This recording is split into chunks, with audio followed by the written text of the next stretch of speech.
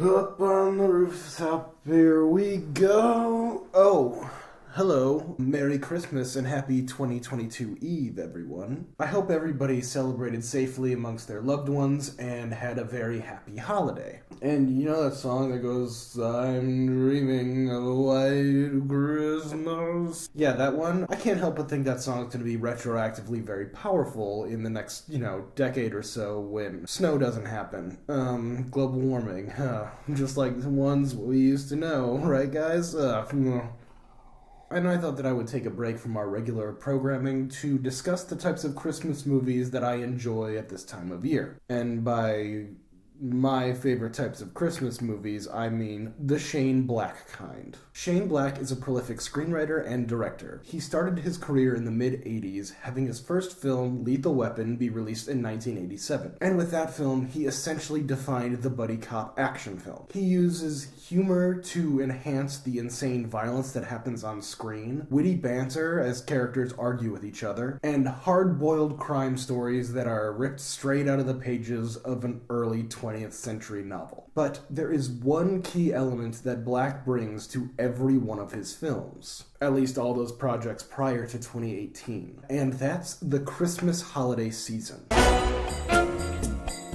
So before we get to see how Black uses Christmas, we first need to talk about what Christmas means. And I am not talking about the birth of the Christian Messiah, Jesus, born in a manger around circa 4 BC. No, I'm talking about what Christmas means to American culture. No, not presents. Well, kind of presents. Wait, what's with all the stuffing, man? I literally just cleaned that up 2 hours ago. You need to stop doing that. You don't get more toys. Yes, Christmas is excess commercialism, but it is also about family, coming together, covering city streets with bright, colorful, shiny lights, and a general aesthetic of prosperity, safety, harmony, and joy. It's about all of us going back to that childlike wonder, where we can all believe that an obese, part-time chimney sweep in a red coat flies throughout the night on a sleigh, delivering presents to every child in the world. And I'm not being a Grinch saying that Santa's not real. All you children watching this channel, I know you watch it, Santa's real.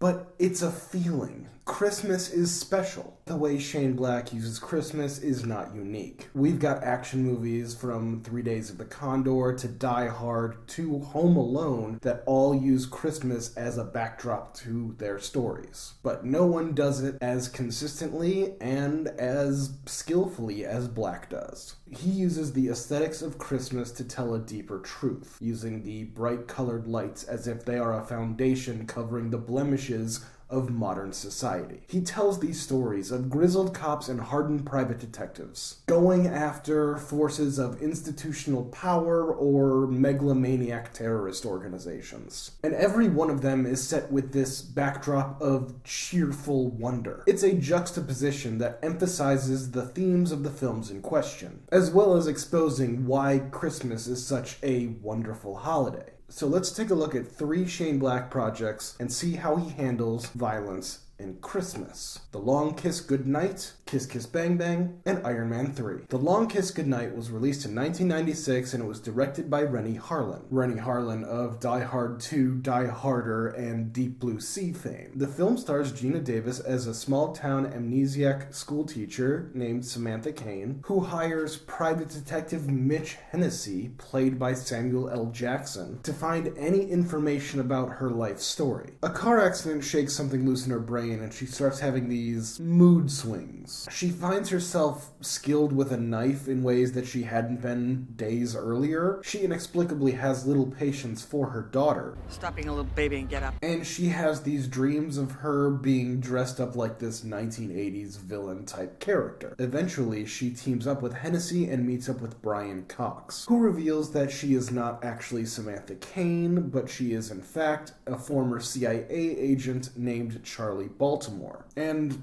As the plot unfolds, the film gets all complicated with ex-Cold War stuff and a money grab conspiracy with all of the heads of the intelligence departments, and it goes all the way to the top. So the film has this Total Recall vibe without any of the fun that is brought by Paul Verhoeven. It's a bit much, and the execution of Harlan's directing isn't doing the script any favors. But this isn't an essay about the film. Where's the Christmas in it? Well, the entire film is set around Christmas. And a key moment that brings her past back to the present is after Samantha dresses as Mrs. Claus in this small-town Christmas parade, a former enemy of hers watches her on a TV where he is locked up in prison. He escapes and comes to her house. There are other Christmas traditions that get bastardized throughout this film and build tension in the film. Cooking with family. That's a nice holiday tradition. Everyone gets a part of preparing the meal. What's not so Christmassy is mom throwing a knife through a tomato in midair. Then there's mother-daughter time with the ice skating. Very fun, very pleasant, very Christmassy. But after daughter falls and breaks her arm, mom gets mad and tells her to suck it up. Not very Christmassy. You will skate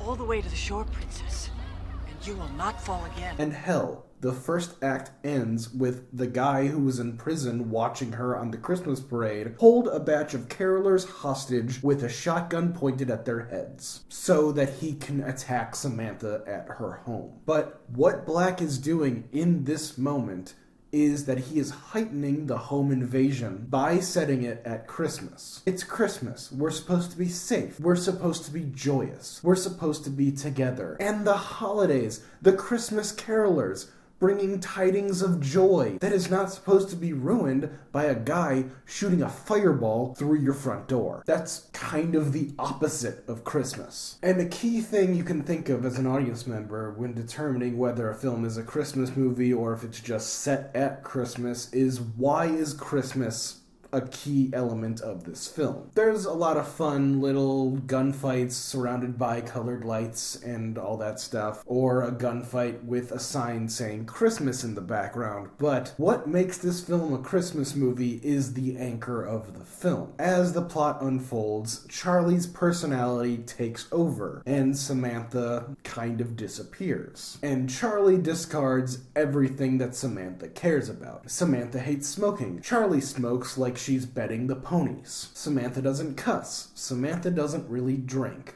Charlie does. And also, Charlie kills people. Well, people who tried to kill her first. But the key part here is that she talks about not caring about her daughter, as Samantha chose to give birth to the daughter, not Charlie. But in the third act, Charlie has to embrace her role as a mother, kill the bad guys, save her daughter, and run away from a bomb that's exploding in the shadow of this giant Christmas tree. And through the power of Christmas, she decides to put away her life as a CIA operative and return to her life as a school teacher and mother. In 2005, Black released his directorial debut, a hard-boiled detective action comedy film titled Kiss Kiss Bang Bang. With the film, Black took the central mystery of the novel Bodies Are Where You Find Them by Brett Halliday, the pen name of the prolific detective mystery novelist Davis Dresser, and threw in his classic wisecracking banter and Christmas. Point is, I don't see another goddamn narrator, so pipe down. The film stars Robert Downey Jr. as Harry Lockhart, Val Kilmer as Gay Perry Van Shrike, and Michelle Monaghan as Harmony Faith Lane. Harry is a small-time criminal who finds himself in Hollywood after crashing an audition. Perry is a private detective hired by the studio to give him detective lessons so that he can effectively play the role that he is up for. And Harmony is a struggling actress whose life gets brought into the mix with the crime that they are investigating. All three actors bring out career performances, and a fun fact about the movie is that there are chapter titles based off of the works of Raymond Chandler. So before I get into this film, let's talk about Christmas in LA. Having been in LA for around a decade now, the key hallmarks of Christmas just don't fit. Like seeing a snowman or an evergreen tree, or hell, hearing the classic songs about crackling fires and snuggling up under blankets. It just doesn't seem to fit in a place that doesn't get below 50. But then you get to the skeezy nature of Hollywood, and then you add in a whole mixture of hard-boiled detective plot, and you get Kiss Kiss Bang Bang. You get these skimpy Mrs. Claus dressed waitresses at a party of strange Christmas-esque modern art pieces that are made of people. Like, models are dressed up, not like, Ed Gein made of people. And the protagonist, Harry, he might be the most inept character in any work of detective fiction. What did you just do? But having grown up in Indiana, his Midwestern ethics ground him as this point of view for the audience so that we can see the culture shock of LA Christmas. But let's be honest. When we first meet Harry, he's stealing from a toy store to get a Christmas gift for a child in his life. Not some bastion of Christmas cheer over here. Every character in this film is pretty layered. Harry is this criminal and liar, but he's got this ethics that keeps him to feel like he is above all of the shallowness in LA that he sees around him. Harmony is a struggling actress who's afraid that her career has passed her by, who also judges other actresses in the same situation that she is. And Perry... Still gay? Me? No. I'm meat-eating pussy. I just like the name so much I can't get rid of it. Well, Perry is great. And Christmas. It's a time where we look back on the year and see where we have come and where we are going. So having Harry and Harmony be high school friends, and Harmony be Harry's girl that got away, it fits this aspect of what Christmas is. We have on one hand Harry having this idea that he might have a second chance at the girl that got away, as well as being equally baffled by the woman that she has become, and what he thinks that LA has done to her. And on the other hand, we have Harmony, who is terrified that her entire life's work is for nothing, as she has not broken into the business yet, and doesn't have this fantastic acting career that she promised she would have after leaving Indiana. And she constantly reminds Harry that she's not who he thinks she is. She has changed. The Christmas season is being used as an emphasizing factor in the characters' worldviews and the way they see each other and themselves. So, as the film progresses, we've got Harmony in a skimpy Mrs. Claus costume, holding a gun, trying to warn Perry about a person trying to kill him. And this leads to one of the greatest shootouts in movie history. A cook in a taco truck covered in Christmas lights shoots the bad guy and just leaves. We get Harry and Perry in a psychiatric ward where a patient is playing with these grotesque clay figurines of Christmas. This distortion is exactly what Black is doing about the Christmas season. It looks like it's supposed to be Christmas, but if you take a second look at it, it's kinda not right. It's supposed to be a cheerful holiday, full of wonder and joy. Not one where a film in the third act climax has a character holding onto the hand of a corpse as he hangs above a freeway. And now, we get to 2013's Iron Man 3. Do I really have to have a preamble about Iron Man 3? It's Iron Man 3. It made $1.2 billion at the box office. Part of the Marvel Cinematic Overlords. But what I want to do is focus on a single sequence of the film that utilizes Christmas perfectly. We all know Tony Stark, self-professed genius, billionaire, playboy, philanthropist. And up until this film, his character has gone on an arc. He has learned how to work as a team, has become responsible enough so that he and Pepper Potts would actually work as a couple, and has started the long road of accepting his father's failings as a father, beginning to accept that his father was only human and doing the best that he could. However, he's still juvenile as a character, emphasized by the first scene in the film where he leaves Guy Pearce on a roof with no intention of joining him,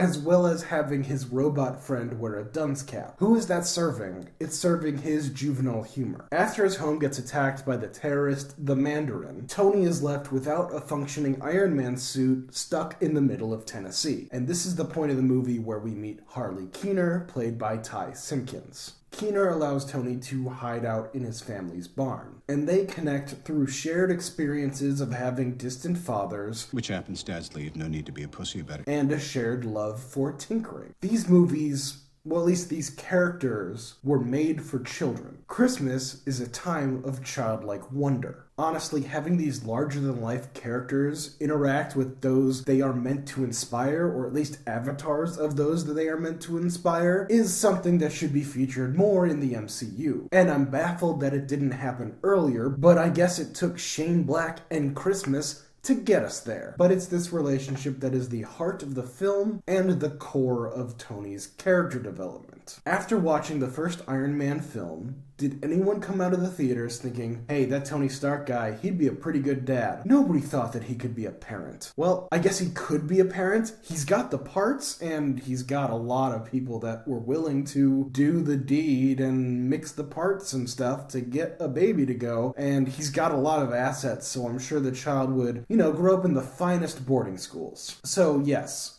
Tony Stark could literally father a child and raise a child in comfort. But it isn't until this movie, this relationship, that we see him in this pseudo-father role for Harley, where we see a nurturing element to the character. No need to be a pussy about it. Here's what I need. Well, in his own way. Christmas is about family, and his relationship with Harley allows for the prospect of family to be something that Tony can strive for in future films. And after they investigate the death of a local, he walks into a local Tennessee bar with full Christmas decor. A bad guy posing as a Homeland Security agent, or possibly an actual Homeland Security agent. The film never clears that up. And she tries to take Tony away for asking the wrong questions, as well as the person she works for doesn't really like Tony for